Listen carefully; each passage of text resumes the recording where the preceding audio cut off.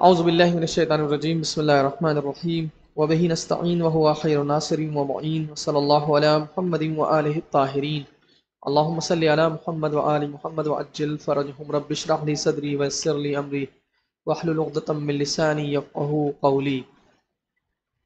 अल्लाह से दुआ करते हैं कि ये जो सख्त टॉपिक है इसको मैं किसी तरह आप तक पहुंचा सकूं और वो अल्फाज मुझे अल्लाह अता करे कि बात सही से पहुंच जाए। देखिए, मून साइटिंग का जो मसला है, सबसे पहली बात तो ये समझना है, इसमें कुछ मेन क्वेश्चंस हैं। सबसे पहले तो ये है कि मून के डिफरेंट फेजेस होते हैं। इसके लिए यहाँ पर एक वीडियो भी दी गई है, आप इसको देखें कि अगर ये वीडियो इसमें प्ले हो जाए तो ये साथ में जो वीडियो है ये प्ले नहीं हो रही है, नहीं मालूम क्या रीज़न है इसका। यहाँ पे एक छोटी सी क्लिप हमने रखी थी, सॉरी,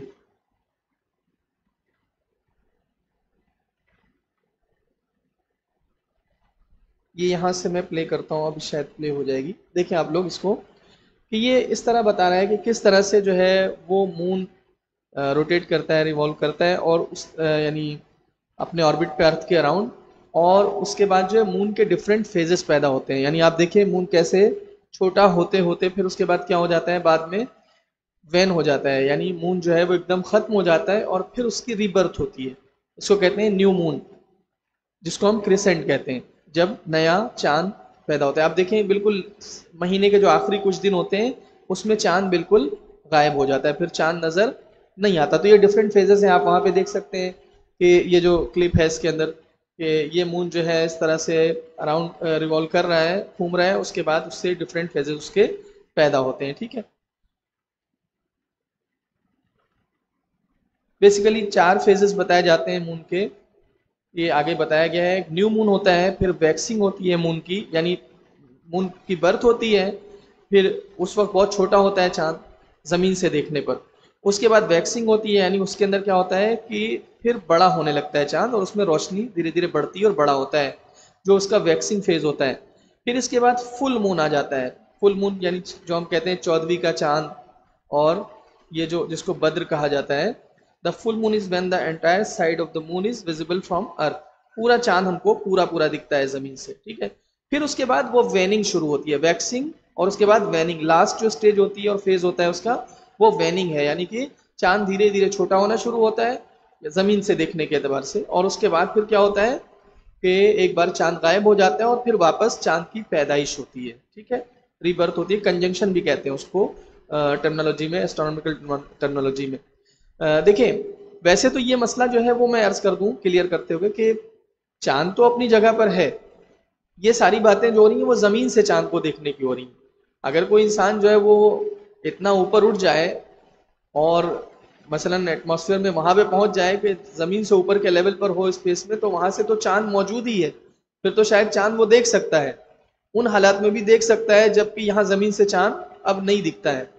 ठीक है, लेकिन अभी बात हो रही है इस हवाले से कि चांद हम जमीन से देख रहे हैं, हम ऑब्जर्व करते हैं from the surface of the अर्थ, जमीन की सतह से। ठीक है, अब इसमें जो सबसे इंपॉर्टेंट क्वेश्चन है, ये बहुत ही अहम क्वेश्चन है कि होराइजन क्या होता है, उफुक। बहुत सुनते रहते हैं हम लोग, उफुक, चांद का उफुक क्या है, उफुक क्या है, होराइजन ये है क्या चीज़ बेसिकली। इसके लिए मैंने कांटेक्ट किया एक मैं उनका नाम लेना ज़रूरी समझता हूँ क्योंकि उनकी इसमें उनका क्रेडिट इसका क्रेडिट उनको जाना चाहिए, और उनकी हेल्प ली मैंने। और काफ़ी पढ़ी लिखी शख्सियत है, और वो एक अच्छी पोस्ट पर थे, इकबाल रिजवी साहब। अभी वो कतर शिफ्ट हो गए, दोहा में रहते हैं।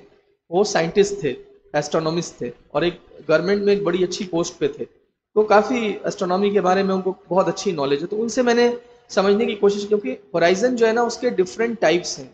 अगर आप जाके वीडियोस वगैरह भी सर्च करेंगे यूट्यूब पे, तो वहाँ पे आपको पता चलेगा कि there are different type of Horizons.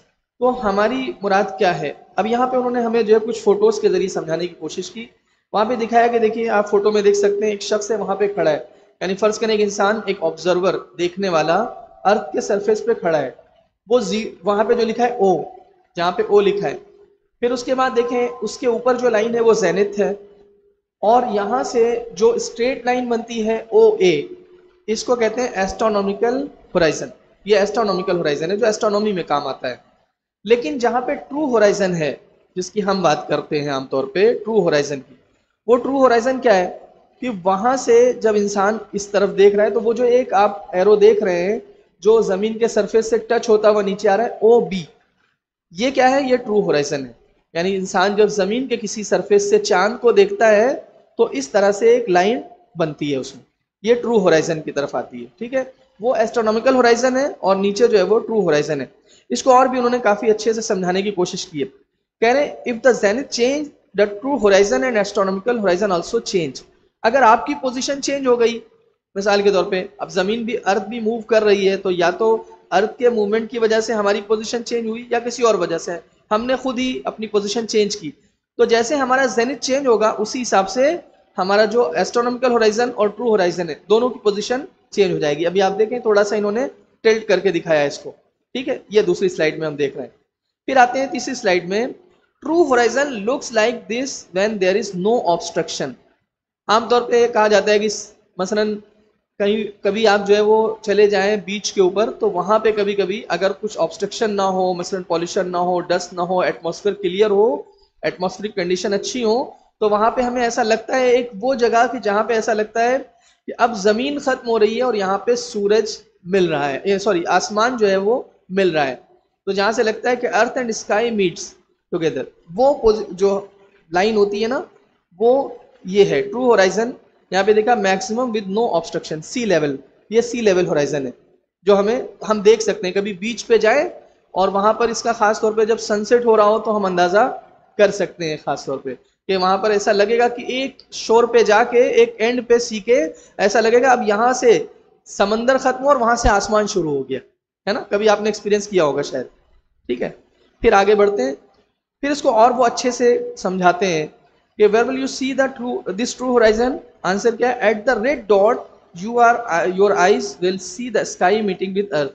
ये जो है ना, यहाँ पे ऐसा लगेगा हमें कि जैसे जमीन जो है वो आसमान के साथ मिल रही है, ये वो ट्रू होराइजन है। ठीक है, अच्छा, अब यहां से कह रहे हैं this circle is the true horizon where earth meets the sky on shore. यानी ये पूरा एक सर्कल ड्रॉ होता है यहाँ पे, ये ट्रू होराइजन जो है ना, ये चारों तरफ जमीन के जहां से हमें ये ट्रू होराइजन मिलता है वहीं पे एक सर्कल ड्रॉ हो जाता है। ठीक है, ये सर्कल जो है जमीन के चारों तरफ अर्थ के उस सरफेस पे जहां से हम देख रहे हैं और वहां से ट्रू होराइजन की लाइन बनती है, वहां पे एक सर्कल ड्रॉ होता है। ठीक है, अब अगर ऐसा हो कि हम अपनी पोजीशन को थोड़ा चेंज करके आगे आए थोड़ा, तो उसी के पैरेलल एक और सर्कल बन जाएगा, वो फिर दूसरा होराइजन बन जाएगा। उसी से थोड़ा और नीचे आ जाएंगे तो और एक तीसरा होराइजन बन जाएगा। तो इसी वजह से कह रहे हैं if your position changes on earth this circle will change, ये सर्कल चेंज होगा। So the true horizon will change at every point of the earth. हर जमीन के हर हिस्से पर होराइजन चेंज हो जाएगा इंसान की पोजीशन के एतबार से। If you come down along the blue line, your next true horizon will be circles parallel to red and green। देखिए यहाँ पे एक रेड लाइन उन्होंने खींची है और ऊपर एक ग्रीन लाइन है, ये आप देख सकते हैं। तो यानी अगर हमारी पोजीशन जैसे जैसे चेंज होगी और हम आगे बढ़ते जाएंगे तो हमारा जो होराइजन है वो चेंज हो सकता है।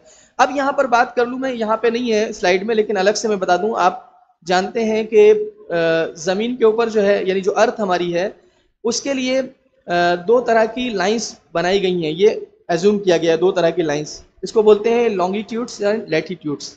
सही है, जिससे अर्थ की लोकेशन को भी डिफाइन किया जाता है, या कुछ लोग लॉन्जिट्यूड भी कहते हैं उसको अमेरिकन एक्सेंट में।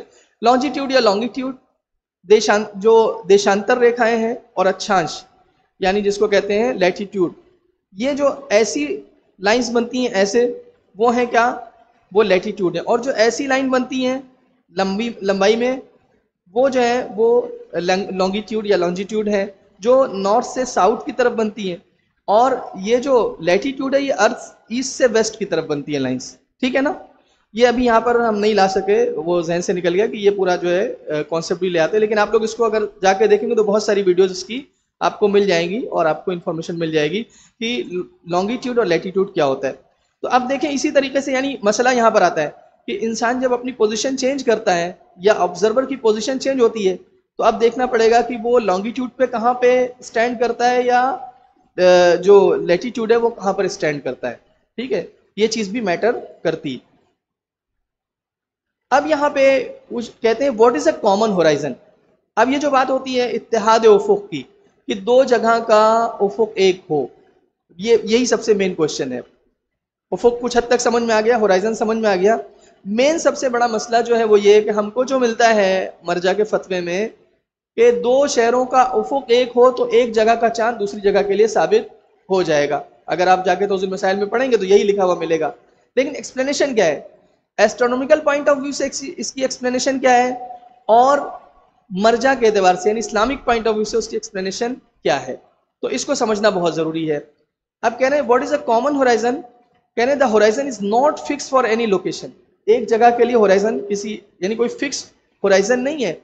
As the earth is rotating and revolving round the sun with an axial tilt of 23.5 degrees, क्योंकि अर्थ जो है वो क्या है, रिवॉल्व कर रही है, घूम रही है सूरज के चारों तरफ, वो भी एक एक्सियल टिल्ट के साथ 23.5 डिग्री के टिल्ट के साथ। ये जो है अर्थ हमारी रिवॉल्व कर रही है, घूम रही है, तो इस वजह से वो एक फिक्स्ड हम होराइजन नहीं तय कर सकते। ये एस्ट्रोनॉमिकल पॉइंट ऑफ व्यू से बात हो रही है।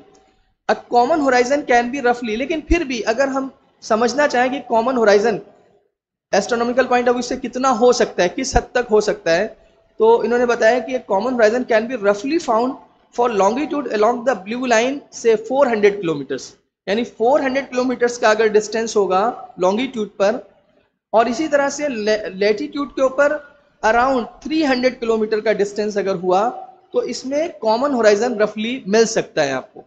अलबत्ता कोई श्योरिटी नहीं है 100%, लेकिन ज्यादातर या कभी कभी ऐसा मिल सकता है, ठीक है। So that if the moon is visible for the green circle on a location, it can be seen on the red circle also on a parallel location।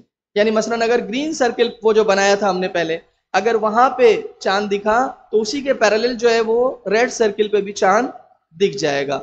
ये रफली होता है, ऐसा हो सकता है, लेकिन 100% इसके ऊपर हम रिलाई नहीं कर सकते। So the common horizon for practical purposes is the visible horizon in the sky around 10 degrees above earth and sea meeting point for crescent visibility. एक और पॉइंट है यहाँ पे, ये देखिए सिर्फ ये किलोमीटर्स का डिस्टेंस एनफ है नहीं, इसके साथ एक और चीज भी है। जो मून है उसके अंदर एक चीज को कहते हैं ऑल्टीट्यूड, यानी मून की जो है वो ऊंचाई भी होना चाहिए। होराइजन के ऊपर, उफुक के ऊपर चांद की ऊंचाई इतनी हो कि ऑब्जर्वर को दिख सके। अब उसके बारे में अलग अलग नजरिए हैं, लेकिन अगर 10 डिग्री तक ऊपर है मून तो ये दिखने के चांसेस काफी हैं इसमें। लेकिन अगर उसके अंदर ऊंचाई कम होगी होराइजन पे, सी लेवल पे, तो वो दिखने में मुश्किल होगा। इसलिए कम से कम जैसे बताते हैं कि 7 to 8 डिग्री तो कम से कम क्रिटिकल लिमिट है उसकी, कि 7 to 8 डिग्री तक चांद की ऊंचाई तो होना ही चाहिए, और 10 डिग्री हो तो आइडियल कंडीशन हो जाएगी, बहुत अच्छा हो जाएगा। लेकिन और भी कुछ फैक्टर्स हैं, वो अभी मैं आगे अर्ज करूंगा इंशाल्लाह, जब हम बात करेंगे मर्जा के फतवे के हवाले से, कि मर्जा के फतवे के एतबार से चांद किस कंडीशन में दिख सकता है एक लोकेशन से दूसरी लोकेशन में, वो क्या कंडीशंस हो सकते हैं, ठीक है। अब यहाँ पे आए देखें कि आयतुल्लाह सिस्तानी साहब क्या फरमाते हैं इस सिलसिले में। ये तो एस्ट्रोनॉमिकल पॉइंट ऑफ व्यू से उन्होंने बताया कि लॉन्गिट्यूड पे अप्रॉक्स 400 किलोमीटर तक के डिस्टेंस पे हो सकता है कॉमन होराइजन, और लैटिट्यूड के ऊपर अराउंड 300 किलोमीटर तक कॉमन होराइजन हो सकता है। लेकिन यहाँ पे आगा सिस्तानी का जो फतवा है उसके मुताबिक कहते हैं कि as a general rule, if a city where the moon has been sighted, जहां पे चांद देखा गया है, अगर वो सिटी जो फर्स्ट सिटी है जहां पे चांद देखा गया है, is located east of the another city, दूसरे सिटी के ईस्ट में लोकेटेड है, जहां पे चांद देखा गया है वो दूसरे सिटी के ईस्ट में पड़ती है, अगर ऐसा है, और जहां पर चांद को दिखाई देने के लिए कोई ऑब्स्ट्रक्शन नहीं है, कोई रुकावट नहीं है, और अगर उनके लैटिट्यूड का डिफरेंस 1 से 2 डिग्री से ज्यादा का ना हो, 1 से 2 डिग्री तक का अगर डिस्टेंस हो, ये अर्थ लेवल से बात हो रही है, अर्थ के सरफेस से, ठीक है ना, ऑब्जर्वर के एतबार से, कि अगर 1 से 2 डिग्री तक का डिस्टेंस होगा लैटिट्यूड लेवल पर, तो यहां पर यह है कि यूजुअली ऐसा होता है कि एक नेसेसरी कोरिलेशन बन जाता है कि अगर एक जगह चांद दिखा है तो दूसरे शहर में भी चांद दिख जाएगा, आमतौर पे ऐसा होता है, समझ रहे हैं आप। तो ये आप जहन में रखें कि क्या होगा कि अगर अच्छा 1 से 2 डिग्री में कितना डिस्टेंस आएगा, आपको मालूम है कितना डिस्टेंस होगा तकरीबन जी? टाइम का तो अलग वो पूरा उसका वो कॉन्सेप्ट है, ठीक है। 4 मिनट का, 1 डिग्री में 4 मिनट होता है टाइम के एतबार से। डिस्टेंस के एतबार से कितना होगा, तो बताते हैं कि डिस्टेंस जो लॉन्गिट्यूड के ऊपर होता है वो वैसे इक्वेटर के ऊपर जो बीच की लाइन बनती है अर्थ के अंदर, उस पे अप्रॉक्स 111 किलोमीटर तक का डिफरेंस होता है। लेकिन जाहिर सी बात है कि अर्थ जो है वो, अब उसका शेप एक जैसा तो नहीं, फ्लैट तो है नहीं, इसलिए ऊपर जैसे जाएंगे तो वो लाइंस छोटी हो जाती हैं, तो उस हिसाब से ये डिफर करता है ये लोकेशन के एतबार से। इसीलिए हमको जो है वो देखना पड़ेगा कि उस जगह का लैटिट्यूड और लॉन्गिट्यूड क्या है जहाँ की बात हो रही है, और उसमें कितना डिफरेंस आता है। मान लिया अगर इंडिया की बात करते हैं तो इंडिया के अंदर जो है वो इसके अंदर नॉर्थ में शायद 28 डिग्री है मेरे ख्याल से, और ईस्ट में, इंडिया नॉर्थ ईस्ट में आता है, और ईस्ट में समथिंग कुछ 80 अबव है उसकी। तो अब वहां पे देखना पड़ेगा हमें कि कितना डिस्टेंस आएगा। अप्रॉक्स शायद 100 किलोमीटर का डिस्टेंस आएगा 1 डिग्री पे तकरीबन। तो 2 डिग्री तक जो है वो 200 किलोमीटर तक का डिस्टेंस आएगा अप्रॉक्स। चेक कर सकते हैं इसको आप लोग कि उसके अंदर कैलकुलेशन का मेथड क्या है। लेकिन जो आगा का फतवा है उसके मुताबिक फरमाया कि 1 से 2 डिग्री तक का डिस्टेंस हुआ और अगर डिफरेंस हुआ तो यूजुअली एक शहर का चांद दूसरी जगह भी दिखाई देता है। ठीक है। In such cases, the sighting of the moon in the first city often establishes the beginning of the moon for the second city as well. यानी एक जगह का चांद दूसरी जगह के लिए आमतौर पे साबित हो जाता है। लेकिन जो असली चीज है, जो मेन बात है, ये पॉइंट की बात है कि आगा सिस्तानी हफिज़हुल्लाह ने, चूंकि ये होराइजन जो है वो जमीन से ऑब्जर्वर के लेवल पे चेंज होता रहता है, तो इस वजह से आगा ने अब जिस चीज के ऊपर फोकस किया है अपने फतवे में वो है चांद की क्वालिटीज। ये बहुत इंपॉर्टेंट पॉइंट है, अगर इसको हम समझा सके तो मसला काफी हद तक हल हो जाएगा। आगा के फतवे में, आगा सिस्तानी हफिज़हुल्लाह के, ये मसला है कि देखिए ये तो यूजुअली हो सकता है कि अब ये अगर 200 किलोमीटर या 300 किलोमीटर अगर हम एस्ट्रोनॉमिकल पॉइंट ऑफ व्यू से लें तो ये तो बहुत कम डिस्टेंस हुआ ना। अब इसमें यूजुअली दिख सकता है, कोरिलेशन है कि एक जगह चांद दिखेगा तो दूसरी जगह दिख जाएगा, वो भी पहली सिटी जो है वो दूसरे सिटी के ईस्ट में होगी, तो ऐसा हो सकता है। ठीक है। मगर वो जो दूसरा वाला क्राइटेरिया है वो बहुत इंपॉर्टेंट है। वो क्या है? वो है मून की क्वालिटीज। ठीक है। और वो मून की क्वालिटीज ऐसी होती हैं जो डिफर करती रहती हैं एवरी मंथ वो फर्क करती है, और उसके अंदर भी मून की जो क्वालिटीज है उसमें कुछ चीजें इंपॉर्टेंट हैं। वो इंपॉर्टेंट फैक्टर्स क्या हैं, अगर वो एक बार हमने समझ लिए तो फिर क्या होता है, आगा ये फरमाते हैं, तवज्जो कीजिएगा, आगा ये फरमाते हैं कि अगर 2 लोकेशंस ऐसी हैं कि जहां के लिए मून की क्वालिटीज सेम है या दूसरी जगह मून की क्वालिटीज बेटर हैं, तो अगर पहली जगह चांद दिख गया तो फिर दूसरी जगह के लिए भी चांद साबित हो जाएगा। क्योंकि दूसरी जगह अगर वो नहीं दिख रहा है चांद तो उसका मतलब है कोई रुकावट है, कोई एटमॉस्फेरिक कंडीशन हो सकती है, क्लाउड्स हो सकते हैं, डस्ट हो सकती है, पॉल्यूशन हो सकता है, कुछ और रीजन हो सकता है। लेकिन जब चांद की क्वालिटी दोनों जगह बराबर थी या उससे एक जगह उससे बेहतर थी दूसरी जगह, तो कम जहां पर क्वालिटी थी वहां दिख गया चांद, तो बेहतर वाली जगह पर तो दिख ही जाता अगर रुकावट ना होती तो। समझ रहे हैं इस पॉइंट को आप हजरत? मैं समझा पा रहा हूं। या मसलन दोनों जगह सेम क्वालिटी थी तो अगर वहां दिखा था तो यहां भी दिखना ही चाहिए था उसूलन। ये मसला है, अगर और कोई रुकावट ना होती। तो इसके अंदर वो हमें देखना क्या क्या है वो इंपॉर्टेंट है। क्या क्या देखना है इसके अंदर? जो चीज देखी जाएगी वो है कि चांद जो है, देखिए सूरज डूबता है तो चांद राइज होता है, मून राइज होता है। अब सूरज के डूबने और मून राइज के बाद मून कितनी देर तक ठहरा होराइजन के ऊपर, एक तो ये देखते हैं टाइम, कितना टाइम पीरियड सनसेट के बाद मून आसमान पर था। एक चीज इसके अंदर क्या देखी जाती है, वो देखा जाता है कि एंगुलर डिस्टेंस क्या है, जिसको एलोंगेशन बोलते हैं एस्ट्रोनॉमिकल टर्म में। एलोंगेशन यानी एंगुलर डिस्टेंस क्या है सूरज और चांद के बीच, ये भी मैटर करता है, उससे बहुत फर्क पड़ता है। एक चीज जो देखी जाती है वो है चांद के अंदर रोशनी कितनी है, चांद के अंदर इल्यूमिनेशन कितना है, रोशनी कितनी है। ये क्वालिटीज जो चांद की चेक की जाती है, चांद में कितनी रोशनी है। एक चीज और देखी जाती है कि जब न्यू मून आता है, जब रीबर्थ होती है चांद की, तो उसकी एज काउंट होती है। तो ये चांद कितने घंटे का है ये चेक किया जाता है, कितने आवर्स का है ये चांद। ठीक है। इसके अंदर भी डिफरेंट ओपिनियंस हैं एस्ट्रोनॉमिक्स जो है उनके बीच। मसलन कुछ लोग कहते हैं कि 16 आवर्स, कम से कम 16 घंटे का चांद होना चाहिए पैदाइश के बाद, तो ये विजिबल होगा होराइजन के ऊपर। मसलन कितना इल्यूमिनेशन होना चाहिए, कहते हैं कि अगर 1% तक का इल्यूमिनेशन हुआ तो ये एक अच्छी क्वालिटी है, दिखने के चांसेस हैं। मैं थोड़ा बहुत यानी आपको एग्जाम्पल दे रहा हूं समझने के लिए। या जैसे अल्टीट्यूड की बात की कि चांद कितनी ऊंचाई पर हो होराइजन पे, कहा कि 7 से 8 डिग्री की ऊंचाई पे कम से कम होना चाहिए। 10 डिग्री पे हो तो बहुत अच्छा है। कितनी देर चांद जो है वो रहेगा, अगर मिसाल के तौर पे रफली मसलन 25 मिनट, 20 से 25 मिनट, आधा घंटा इस तरह से रह रहा है अगर चांद होराइजन पे, तो चांसेस है कि दिख सकता है मसलन। तो ये कुछ क्वालिटीज हैं जिनके बेसिस के ऊपर हम दो लोकेशंस को कंपेयर करते हैं।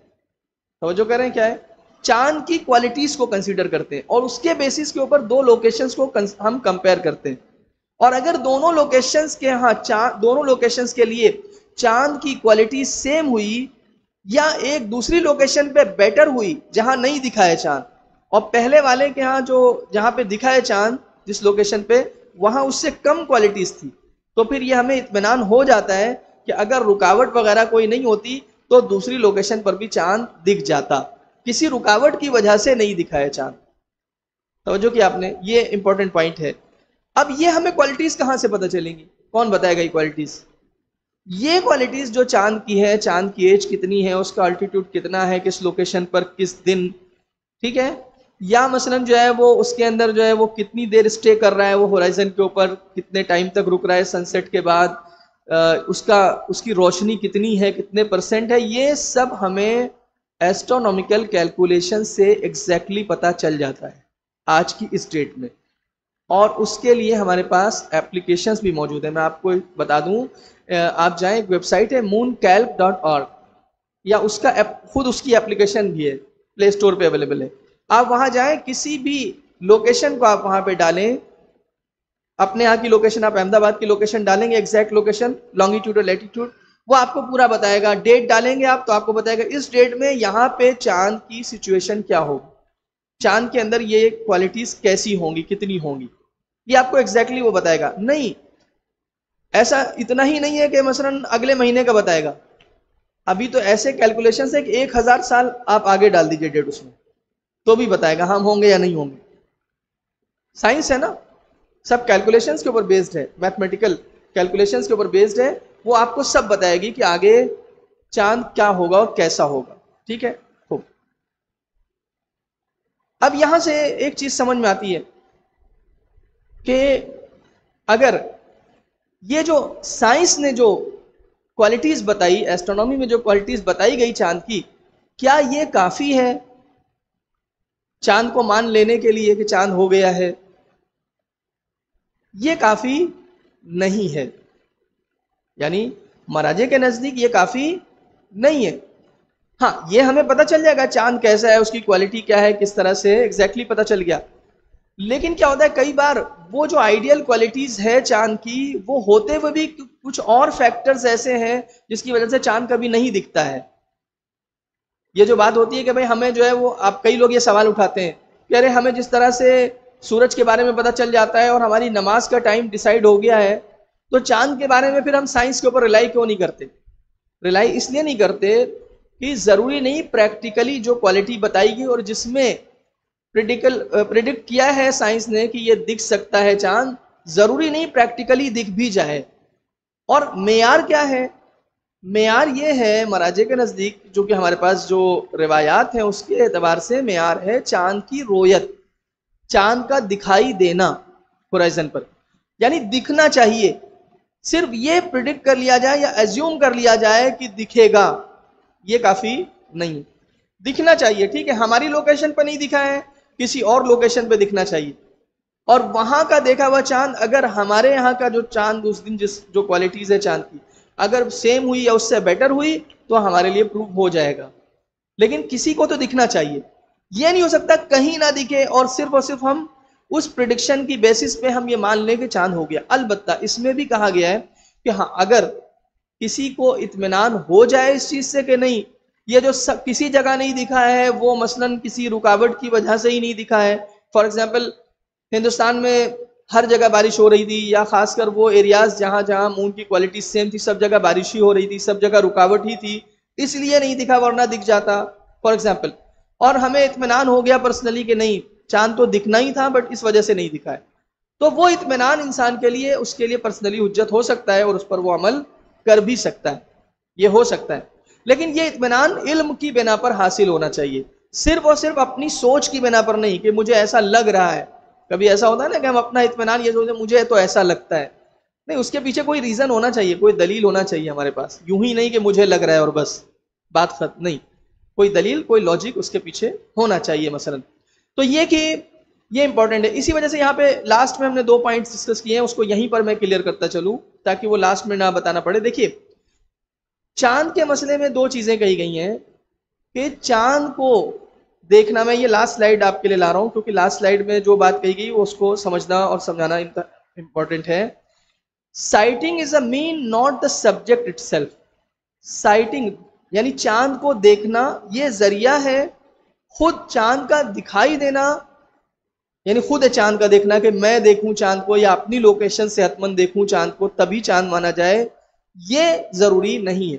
किसी और जगह भी किसी ने देखा है और अगर क्वालिटीज मैच करती है तो हमारे लिए भी चांद प्रूफ हो जाएगा। कहते हैं कि अगर ऐसा नहीं होता कि चांद का दिखाई देना खुद एक जरिया है, खुद सब्जेक्ट नहीं है, तो फिर जैसे चांद साबित होने के जो तरीके महाराजे ने बयान किए उसमें से क्या कहा कि अगर कुछ लोग गवाही दें तो चांद साबित हो जाएगा, या दूसरे कुछ और तरीके बताए, या शोहरत ऐसी हो गई।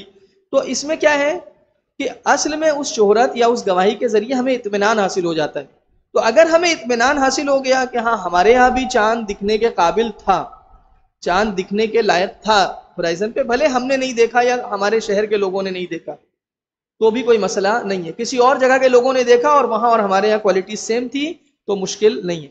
दूसरी चीज ये कि estimated sighting is sufficient and actual sighting is not necessary. यानी अगर ये हम कैलकुलेट कर ले कि चांद बिना किसी रुकावट के दिख सकता था, भले कि हमने नहीं देखा, या फिर क्लाउड्स वगैरह आ गए इसलिए नहीं दिखा, कोई रुकावट आ गई, ऑब्स्ट्रक्शन आ गया इसलिए नहीं दिखा, लेकिन एस्टिमेटेड ये था कि दिख जाता चांद।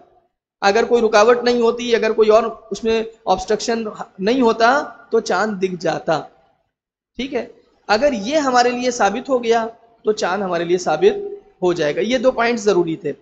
अब यहाँ पे मैं अर्ज करूं आपकी खिदमत में, पहले तो ये बताएं कि यहां तक जो बात हुई है हमारी, इसमें किसी के लिए कोई क्वेश्चन या कोई डाउट है? अभी अगर कोई सवाल है, कोई बात है तो आप लोग पूछिए। पहले देखिए हमने क्या बताया तरीके, 1 सेकंड पहले हम लोग एक बार रिवाइज कर लें क्योंकि इतनी सारी बातें हो गई। हमने क्या बताया कि 2 तरीके हुए, या तो हम जमीन की लोकेशन के हिसाब से डिसाइड करने जाते हैं, तो वहां पे हमें परमिशन मिली है लैटिट्यूड के ऊपर 1 से 2 डिग्री तक में, कि यूजुअली वहां पे चांद एक दूसरी लोकेशन में साबित हो जाता है एक दूसरे के लिए। ठीक है ना, वो भी अगर पहला वाला सिटी जहां चांद दिखा है वो ईस्ट में है दूसरी वाली सिटी के, इस कंडीशन के साथ यूजुअली ऐसा होता है। ये तो हो गया अर्थ के सरफेस से। अब दूसरा रास्ता हमारे पास क्या है चांद के साबित होने का, बताएं आप लोग, क्या मैंने अर्ज किया? दूसरा रास्ता क्या है? चांद की क्वालिटीज, क्या क्या चीजें उसमें देखना है हमें चांद के लिए? नौजवान बताएं थोड़ा सा, क्या क्या चीजें हमें देखना होंगी इसमें? मसलन चांद की रोशनी कितनी है, न्यू मून की बर्थ एज कितनी है, ऑल्टीट्यूड कितना है उसका, न्यू मून के अंदर जो है वो मसलन सनसेट के बाद कितनी देर स्टे करता है होराइजन के ऊपर। ये कुछ फैक्टर्स हैं जिसको हमें चेक करना है इत्मीनान हासिल करने के लिए। फिर क्या करना है? 2 लोकेशंस के बारे में पता करना है कि ये 2 लोकेशंस जो हैं इसमें मून की क्वालिटी सेम थी या बेटर तो नहीं थी एक दूसरी जगह पर। एक जगह दिख गया है, किसी ने देख लिया है दूसरे लोगों ने, ठीक है, दूसरी जगह नहीं दिखा है, लेकिन हम ये चेक करेंगे। अच्छा, इस बात से एक और रिजल्ट और एक कंक्लूजन निकलता है क्या, कि इसका मतलब ये हो सकता है कि हर महीने होराइजन चेंज होते रहें। हो सकता है ना, कभी हो सकता है 2 सिटीज के अंदर चांद की क्वालिटी सेम हो और अगले ही मंथ सेम ना हो, कुछ और हो जाए, फिर उसके 3rd मंथ कुछ और हो जाए। कभी ऐसा हो सकता है कि मिसाल के तौर पे इंडिया के अंदर जो चांद है वो ईरान के चांद से मैच करे और कभी ना करे। तो हर मंथ ये चेंजेस आ सकते हैं मून की और चांद की खासियत के एतबार से, उसकी क्वालिटीज के एतबार से। ठीक है, और 2 पॉइंट्स मैंने और अर्ज किए, क्या कि चांद यानी जो देखना है, साइटिंग है, वो सब्जेक्ट नहीं है, सब्जेक्ट है वो इत्मीनान कि जो साइटिंग के थ्रू हासिल होता है। एक तो ये मसला, और दूसरा मसला कि एस्टिमेटेड साइटिंग भी काफ़ी है, एक्चुअल साइटिंग ज़रूरी नहीं है। सेहतमंद देखें, यानी अगर हम ये अज्यूम करें और ये कैलकुलेट करें कि सारे ऑब्स्ट्रक्शंस हटा दिए जाएं तो दिखेगा अभी चांद कि नहीं दिखेगा? जी हाँ दिखेगा। तो मान लिया जाएगा कि फिर चांद यहां पर हुआ है। तो ये 2 पॉइंट्स और जहन में रखने की जरूरत है। जी शब्बर भाई आपका सवाल।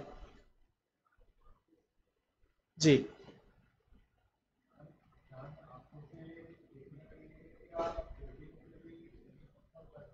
हाँ, ये अच्छा सवाल है, इस पर मैं आ रहा हूं क्योंकि इसके बाद जो अलग अलग बेसिस हैं और प्रिंसिपल्स हैं मराजे के फतवों के, उसमें यह मसला आएगा कि हमारे पास कितने तरह के स्टैंसेस हैं और स्टैंड्स हैं मराजे के, ये डिफर करता है। इसमें अलग अलग मराजे की रिसर्च है। कुछ मराजे जो हैं वो इसके कायल हैं कि नेकेड आइज से ही दिखने के काबिल होना चाहिए, यानी चांद की क्वालिटी ऐसी हो कि जो होराइजन पर बिना किसी एड के दिखने के काबिल हो ये। लेकिन कुछ मराजे इसमें इजाजत देते हैं कि नहीं, अगर जो है वो चांद बिना किसी ऑप्टिकल एड से भी दिख जाए, जैसे कि टेलीस्कोप हो गया, बाइनोकुलर हो गए, उससे भी दिख गया तो भी चांद मान लिया जाएगा।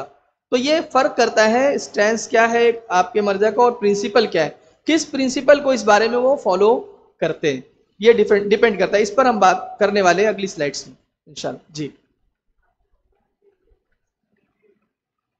जी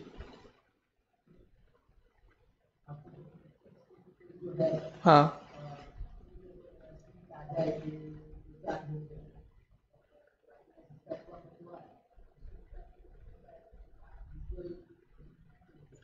मेरा हाँ एस्टिमेटेड को शायद वो एक हमारे पास इससे बेहतर वर्ड नहीं है असल में, इसलिए एस्टिमेटेड वर्ड यूज कर रहा हूं क्योंकि इससे बेटर कोई टर्म मिल नहीं रहा है। एस्टिमेटेड का मतलब कैसा है, यानी कैलकुलेशंस के हिसाब से अगर रुकावटों को माइनस कर दिया जाए, रुकावटों को सारी, तो क्या नेकेड आई से आपकी लोकेशन पे चांद दिख सकता था? वॉज इट विजिबल और नॉट? अगर ये मैंने एस्टिमेट लगा लिया और इत्मीनान कर लिया तो ये एनफ है। ये कि मसलन मैं ही देखूं तब चांद होगा, यानी एक्चुअल में देखूं तब मानूंगा, नहीं, ये जरूरी नहीं है, नेसेसरी नहीं। क्लियर है पॉइंट मेरा? जी जी जी आगा अलैकुम सलाम। अगर आप आगे तशरीफ लाइए, पहले तो सलवात पढ़े आप लोग पर मोहम्मद व आले मोहम्मद। अगर आप आगे तशरीफ लाइए। ये मसला जो है उफुक का, जी आगा उफुक का मसला ये सबसे ज्यादा इख्तिलाफी बना हुआ है। सही। आगा सिस्तानी की जो हमने जामे तो जो है जो देखी, उन्होंने कहा है कि मुमकिन है कि इस साल इब्तिदा का उफुक कुछ रहा हो और अगले साल उफुक में कुछ तब्दीली आ गई। जी एक तो ये मसला, और महीने से महीने, साल तो बड़ी बात है, महीने से अभी मैंने अर्ज किया महीने भी बदल सकते हैं। जी इसमें एक तो ये वाले मसला, और दूसरा मसला वो है कि जो आयतुल्लाह की तथा आलमी जी इसकी तरफ से वजाहत है। ठीक है, इंशाल्लाह मैं अभी जो इसके अंदर जो प्रिंसिपल्स बताऊंगा ना, उस पर इंशाल्लाह अर्ज करूंगा कि आगा खुई का नज़रिया क्या था। आगा का सवाल बहुत अहम है, ये आप सबके लिए, आगा को तो मालूम ही है लेकिन हम सबके लिए है कि आगा खुई का जो प्रिंसिपल था इस बारे में और आगा सिस्तानी का, उसमें क्या डिफरेंस है। चूंकि हमारे पास टाइम नहीं है, मैंने एक डॉक्यूमेंट भी रेडी किया है रोमन में, जिसको ज़्यादा इसमें डीप में जानना हो कि दोनों मराजे के बीच, यानी आयतुल्लाह खुई रहमतुल्लाह अलैह और आयतुल्लाह सिस्तानी हफिजुल्लाह के बीच जो डिफरेंस ऑफ ओपिनियन बना है वो किस बेस पे बना है। एक बाकायदा एक किताब है जो आगा सिस्तानी की वेबसाइट पर मौजूद है, अस्इलतु हौल रुयतिल हिलाल मा अजविबतिहा, यानी मून साइटिंग के रिगार्डिंग क्वेश्चंस विद आंसर्स। ये अरबिक में एक उनकी बुक है जो उनके वेबसाइट पे अवेलेबल है।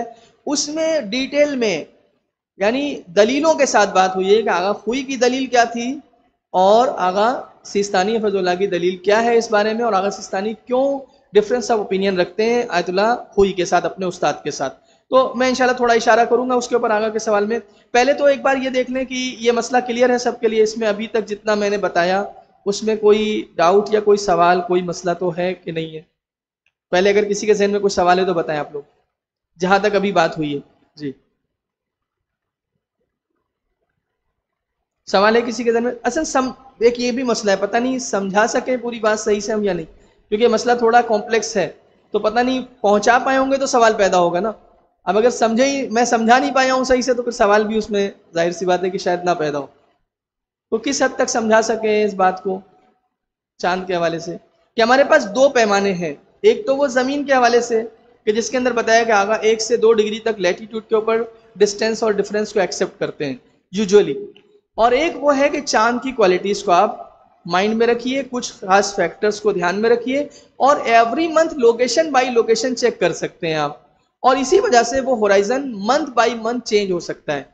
हो सकता है एक मंथ में हमारा होराइजन किसी और कंट्री के साथ मैच कर जाए और अगले मंथ ना मैच करे। इवन कि एक ही कंट्री के अंदर दो सिटीज जो नजदीक हैं, बल्कि हो सकता है एक मंथ में उनका होराइजन सेम हो जाए चांद की क्वालिटी के हिसाब से, और एक मंथ में डिफर कर जाए, ये फर्क हो सकता है।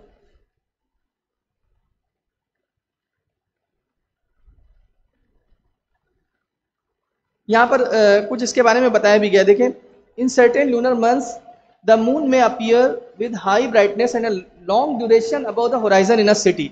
एक शहर में क्या होता है, उसकी रोशनी अच्छी है, लॉन्ग ड्यूरेशन तक रुकता है, स्टे करता है होराइजन के ऊपर। If another city has equal or better condition such as moon altitude and angular separation from the sun, then if there were no obstructions, for example clouds, the moon would have been visible there as well। यानी अगर वहां पर क्या होगा, अगर दूसरा location जहां पे उससे उसी तरह की क्वालिटीज हैं या बेटर क्वालिटीज हैं और कोई उसमें रुकावट ना हो, तो दूसरी जगह पर चांद दिखता क्वालिटीज के बेसिस पे। In this case there is a necessary correlation between the moon sighting in the first city and its sighting in the second city.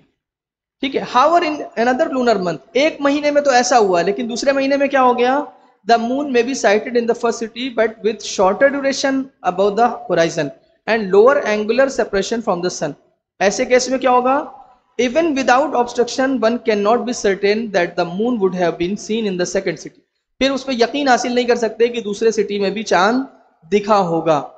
ठीक है, विद वीकर विजिबिलिटी कंडीशंस, अगर वीकर विजिबिलिटी कंडीशंस होंगी तो जरूरी नहीं कि चांद दूसरे सिटी में अगले महीने दिख ही जाए। तो यहाँ पे कोई नेसेसरी कोरिलेशन नहीं बनता है लोकेशंस के बीच। अब मैं यहाँ पे लास्ट ईयर की बात आपको थोड़ा सा बताता हूँ, या उसके अलावा भी हो सकता है। क्या होता है, फॉर एग्जाम्पल क्या हुआ कि एक लोकेशन में चांद देखने की तस्दीक हो गई, यानी कुछ लोगों ने तस्दीक कर दी और इत्मीनान हमको हासिल हो गया कि वहां के लोगों ने चांद देख लिया, इत्मीनान हो गया हमको फॉर एग्जाम्पल। फिर हमने क्या किया, हमने अगरचे हमारा उनके साथ बहुत बड़ा डिस्टेंस है वैसे तो, लेकिन क्या किया हमने मून की क्वालिटीज को चेक किया उनकी लोकेशन पे और अपनी लोकेशन पे। गुजरात में बैठ के, किसी ने मिसाल के तौर पे यूपी में बैठ के, और चेक करने के बाद हमें ये इत्मीनान हो गया कि अगर वहां तो देखने वालों ने देख लिया आंख से, और हमारे शहर में भी चांद की खुसूसियात और मुआसिफात क्वालिटीज वैसी ही थी या उससे अच्छी थी बाय द वे, तो फिर इसका मतलब दिखता हमारे यहाँ भी चांद, कोई और रुकावट थी जिसकी वजह से नहीं दिखा। तो हमने इत्मीनान हासिल कर लिया कि चांद हो गया है, गर्चे हमारे शहर में किसी ने नहीं देखा, दूसरी लोकेशन पर किसी ने नहीं देखा, फर्क नहीं करता। लेकिन क्या इससे एक कोरिलेशन बनता है, एक लाजिमा बनता है कि अगले महीने भी उनका चांद हमारे लिए प्रूव हो जाएगा? नो, जरूरी नहीं है। हो सकता है अगले महीने कुछ और कंडीशन हो। इसीलिए हमारे मराजे कह रहे हैं खासकर कि आप एवरी मंथ चांद की क्वालिटीज को चेक करते रहिए और लोकेशंस के बीच कंपेयर करते रहिए, अगर आपको कॉमन होराइजन तलाश करना है, इत्तेहाद उफुक समझना है। और ये ज्यादा बेहतर तरीका है, और ये ज्यादा अच्छा और आसान तरीका है और साइंटिफिक तरीका है लैटिट्यूड पे, क्योंकि आपके पास लिमिटेशन है। मैंने कहा ना 1 से 2 डिग्री की लिमिटेशन, लेकिन इसमें लिमिटेशन बहुत खत्म हो जाती है, कंट्रीज की बाउंड्री की लिमिटेशन भी नहीं रहती। चांद की खुसूसियत अगर आपको पता चल गई, ठीक है। अब यहाँ पे आते हैं, हमारे पास जो प्रिंसिपल्स हैं उस पर बात करते हैं, और उससे पहले जो आगा ने जो फरमाया उसके ऊपर इशारा करते हैं कि वो क्या है कि आगा खुई जो है वो इस बात के कायल थे कि अगर दो लोकेशंस ऐसी हैं जिनकी नाइट का कोई भी पार्ट आपस में मैच करता हो, ठीक है, क्योंकि हमारे पास बेसिकली दो नजरिए हैं, basically naked eyes versus optical aid. एक तो ये हो गया कि नेकेड आइज से देखना है चांद या ऑप्टिकल एड ले सकते हैं आप। दूसरा मसला है single horizon versus multiple horizon. क्या मतलब सिंगल होराइजन और मल्टीपल होराइजन? सिंगल होराइजन यानी एक ही उफुक है, मसलन कई सारी कंट्रीज का होराइजन सेम है, पहले से ही हमने मान लिया है। और मल्टीपल होराइजन का मतलब यही हुआ ना कि एवरी मंथ चेंज हो सकता है, दो लोकेशंस का होराइजन चेंज हो सकता है, एवरी मंथ चेंज हो सकता है, तो ये हुआ मल्टीपल होराइजन। अब यहाँ पे जो है वो, यहाँ पर जो है वो खुई हफिज़ुल्लाह का ये मानना था, खुई रहमतुल्लाह अलैह का ये मानना था कि चूंकि वो कहते थे चांद तो एक ही है ना, चांद दो चार तो नहीं है, और अगर चांद पैदा हो गया है और चांद किसी भी लोकेशन पे दिख गया है एक जगह पर, ये मैं इशारा करूं, चांद किसी एक जगह दिख गया है, तो अब दूसरी जगह ना भी दिखे तो वहां के लिए भी चांद साबित है।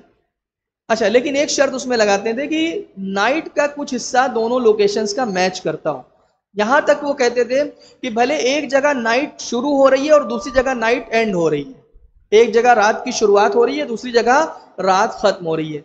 ये बात क्यों कहते थे वो, ये रात वाली शर्त क्यों लगाई उन्होंने? क्योंकि असल मसला यहां पर आया कि उन्होंने कहा कि देखिए, अगर हम ये मानेंगे, मान लिया कि देखिए अमेरिका है, अमेरिका में चांद दिख गया और हमारे लिए तो दिन था, तो अब ठीक है चांद तो एक ही है, लेकिन वहां पे दिन है और यहां रात है, तो हमारे लिए कैसे विजिबल हो सकता है?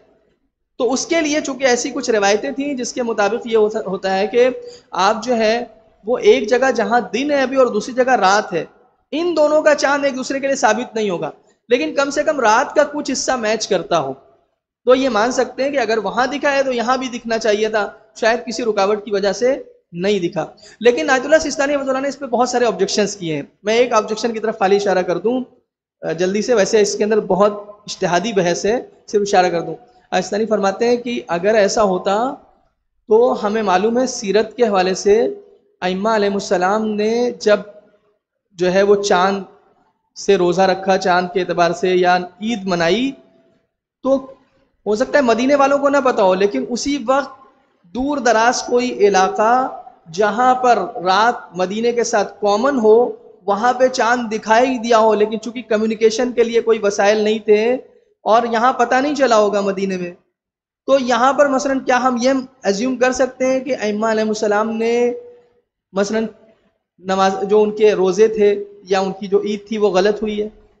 एक ऑब्जेक्शन ये, और भी ऑब्जेक्शन किए हैं उनके नजरिए पर, और उसके बाद वो उन्होंने अपना नजरिया इख्तियार किया आगा सिस्तानी ने, वो है क्या, मल्टीपल होराइजन का, कि ऐसा भी नहीं है कि सिर्फ रात मिलती हो ये काफी है, बहरहाल उनके बीच जो है वो कुछ कॉमनलिटी होनी चाहिए, कुछ इश्तराक होना चाहिए, और वो वही कि इत्तेहाद उफ़ुक़ होना चाहिए।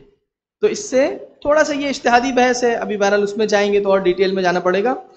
अब हम लोग आए देखें वो जो अलग अलग प्रिंसिपल्स हैं, बेस हैं मराजे के, मैंने कहा ना कि या तो नेकेड आई है और या ऑप्टिकल एड है, उधर से या तो सिंगल होराइजन है या मल्टीपल होराइजन है।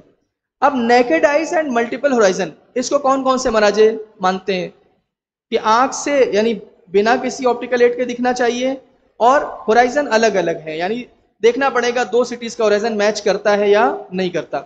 इमाम खुमैनी इसके कायल थे, आयतुल्लाह सिस्तानी इसके कायल हैं, आयतुल्लाह मकारिम शिराजी भी इसी नज़रिए के कायल हैं, और आयतुल्लाह शुबैरी जंजानी साहब मौजूदा मराजे में, चूँकि वैसे और भी मराजे का है, लेकिन मैंने उन मशहूर मराजे का यहाँ पे नज़रिया बयान किया जिनकी बाज़ लोग तकलीद करते हैं या कुछ हद तक वाकिफ़ हैं। तो ये चार मराजे इमाम खुमैनी रहमतुल्लाह अलैह, और उसके अलावा जो तीन मराजे अभी हयात हैं, अल्लाह उन्हें तूले उम्र इनायत करे, इनका नज़रिया ये है, ये कहते हैं इत्तेहाद उफ़ुक़ को देखिए आप, कोई चेक कीजिए कि क्या है। और इसमें भी मैंने अर्ज किया कि आगा सिस्तानी का एक खास नजरिया इत्तेहाद उफ़ुक़ के बारे में, चांद की क्वालिटीज पर बेस्ड, वो भी है, और नेकेड आइज से दिखना जरूरी है। फिर इसके बाद आप देखिए, अब यहाँ पर आता है आयतुल्लाह खुई का नजरिया, और फिर उनके शागिर्द आयतुल्लाह वहीद खुरासानी हफ़िज़हुल्लाह ने भी उनका नजरिया अपनाया है, क्या कि एक तो नेकेड आइज से दिखना जरूरी है, लेकिन उसके सामने वो सिंगल होराइजन के कायल हैं, कॉमन नाइट के, यानी नाइट अगर मैच करती है नाइट का कुछ पार्ट, तो ये काफी होगा चांद के साबित करने के लिए। इसलिए कभी कभी दूर दराज की लोकेशंस का भी चांद प्रूफ हो जाएगा दूसरी जगह के लिए, सही है।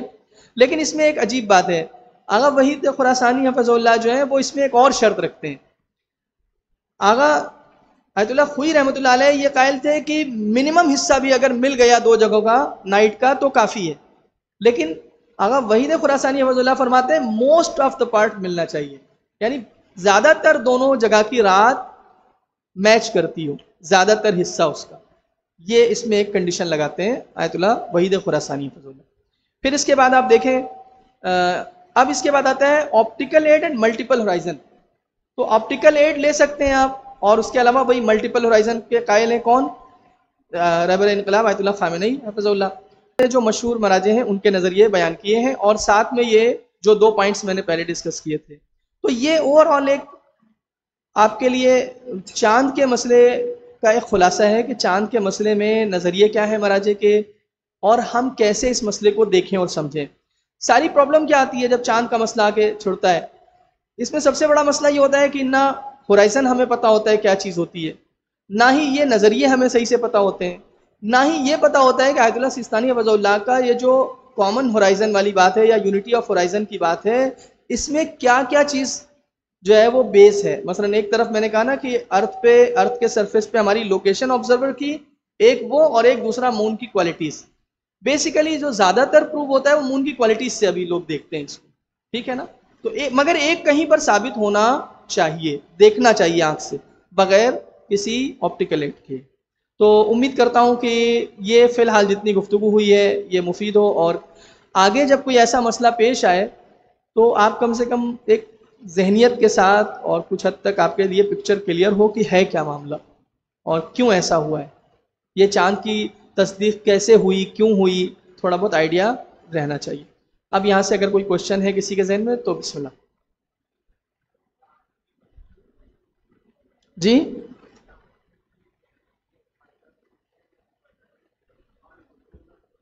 नहीं, रुजू तो नहीं, वही कि अगर आपके मर्जा का फतवा मौजूद है तो आप रुजू नहीं कर सकते। और मर्जा क्या करता है, मर्जा जो है वो फतवा देता है चांद के साबित होने के तरीके के बारे में, जो उसका यहाँ पे प्रिंसिपल होगा चांद के साबित होने के बारे में। अगर उसका फतवा मौजूद है तो आप दूसरे मर्जा की तरफ रिफर नहीं कर सकते। हाँ, अगर उसने एहतियात वाजिब के साथ कहा हो तो फिर हम रिफर कर सकते हैं आलम फल आलम की रियायत के साथ, यानी उसके नीचे जो भी मर्जा है उसके साथ। अगर कोई और सवाल यानी आप ऐसा समझते हो जो मोमिनीन के लिए फ़ायदेमंद हो आपके एतबार से। जी आपका सवाल, जी बिस्मिल्लाह। जी हाँ जी।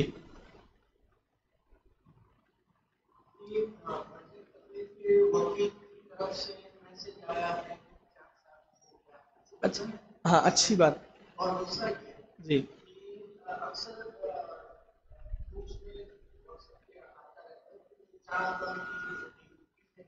हम्म, सही, हाँ है ना। जी अल्लाह कबूल करे इंशाअल्लाह।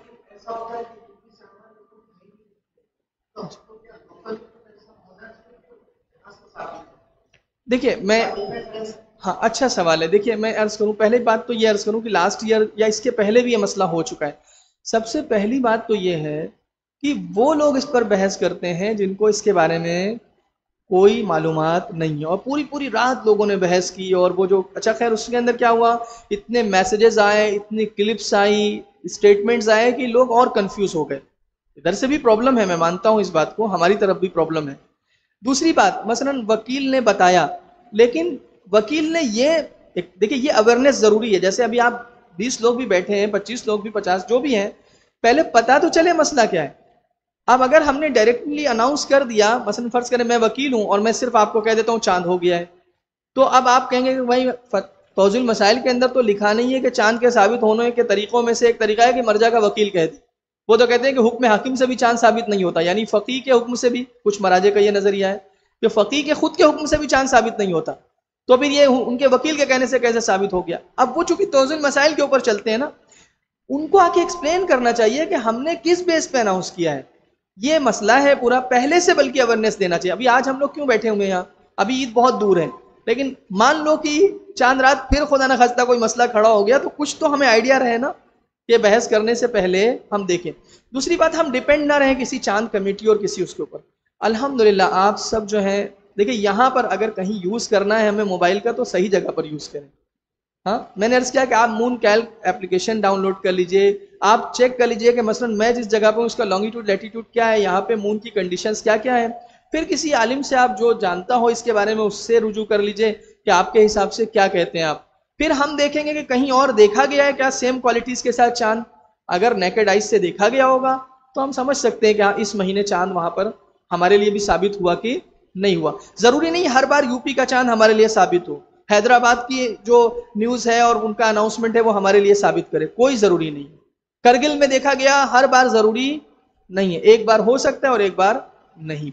मेरा सवाल आपसे इसी पॉइंट पे, यूपी का चांद तो साबित होगा हमारे के लिए, क्योंकि हम तो आगे हमसे, वो हमारे से पीछे है, तो अगर यूपी में चांद देखा गया है तो हमारे लिए साबित है ही नहीं। नहीं, अगर ये एहसान भाई देखें मसला क्या है, वही जो हमारे पास क्राइटेरिया मर्जा ने दिया है, क्या दिया है कि हम देखें, या तो हम ये देख लें कि क्या वो लैटिट्यूड के ऊपर हमारा कितना डिफरेंस है, अगर उतना डिफरेंस है कि हमारे यहाँ यूपी यहाँ से कितना डिस्टेंस है उसका, नहीं पीछे और आगे का मसला नहीं है, टाइम के एतबार से हमारा जो हमारी लोकेशन जो है, हाँ ठीक है हम आगे नहीं, जो इसीलिए वो कह रहे हैं कि यूजुअली ऐसा होता है, आगा ने जो इधर से जो क्राइटेरिया दिया है वो कहते हैं यूजुअली ऐसा होता है, यानी इसमें ज्यादातर 1 से 2 डिग्री का जो डिफरेंस होता है उस पर तो यूजुअली दिख सकता है, लेकिन बाकी के बारे में सर्टेनिटी नहीं है। लेकिन अभी आप देखें यूपी से हमारा जो लॉन्गिट्यूडनल डिस्टेंस है या लैटिट्यूडनल डिस्टेंस है वो कहीं ज्यादा है, 1-2 डिग्री से ज्यादा होगा ना ऑब्वियसली, है कि नहीं है, तो ये बेस नहीं बना सकते। हाँ, मून की क्वालिटीज को बेस बना सकते हैं। हाँ जी, एक मिनट, ईस्ट में है, हाँ ईस्ट में है। पहले जहां चांद दिखा है वो ईस्ट में होना चाहिए, तो हम लोग तो ऑलरेडी वेस्ट में आ रहा, हम वेस्ट में, वो ईस्ट में, लेकिन वही ईस्ट में हो और डिस्टेंस जो है 1 से 2 डिग्री तक का अगर है तो वेस्ट में यस, तो हमारे लिए तो हाँ, नहीं ये आगा ने बताया है इस मसले को, नहीं नहीं नहीं ये आगा ने इसमें पूरी कंडीशंस को सामने रखिए ना, क्या क्या कंडीशन है आगा ने इस पे वजाहत की है और सवाल भी किया गया कि क्या हर जगह मसलन जो लोकेशन वेस्ट में है और ईस्ट में जितनी सिटीज हैं उसके उन सब जगह का चांद यहाँ के लिए प्रूव हो जाएगा, नहीं ऐसा जरूरी नहीं है। इसके अंदर वही लैटिट्यूडनल जो डिफरेंस है और डिस्टेंस है वो 1 से 2 डिग्री तक का है तो कोरिलेशन बनता है, उसके अलावा ये सर्टेनिटी नहीं बनती है। ये हुआ अर्थ के एतबार से और यहां से जमीन के लेवल पर।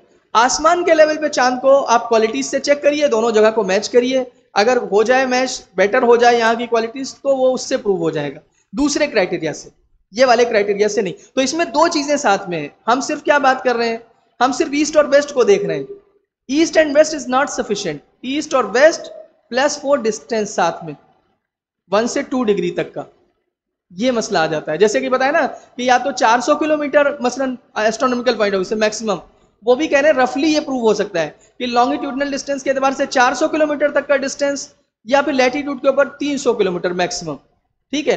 अब आप देखें यूपी से लखनऊ की बात करें, लखनऊ से अहमदाबाद कितना दूर है, कितना डिस्टेंस है लखनऊ से, 1500 किलोमीटर हुआ ना, बहुत हो गया ये डिस्टेंस। अब उसके अंदर डिग्री पे चेक करिए, लॉन्गिट्यूड की डिग्री कितनी बनेगी, और हाँ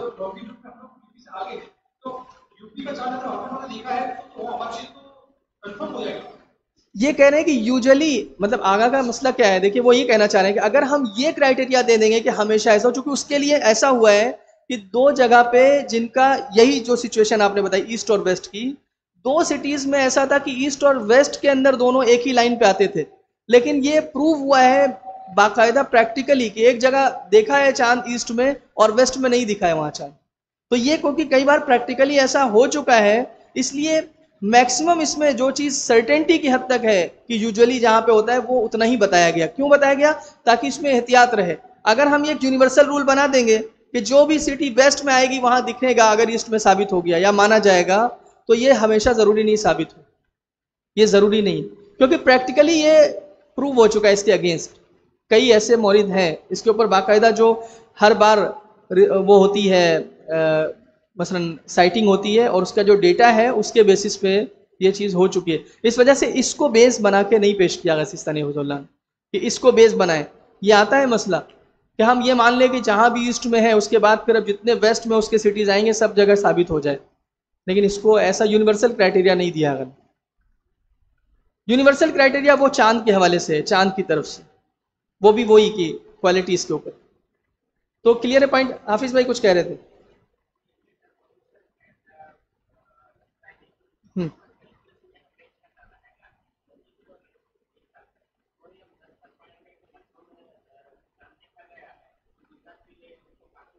तो वो तो हम वही चांद की क्वालिटीज पे जाएंगे ना, वो तो अलग अलग क्राइटेरिया, हाँ वो अलग चीज हो गई। लेकिन अभी सिर्फ ये बात हो रही थी कि हम चांद की क्वालिटीज से को इग्नोर करते हुए सिर्फ हम ये देख रहे हैं कि वो ईस्ट में है और ये वेस्ट में है, इसलिए हम वहां का चांद यहाँ के लिए मान लें।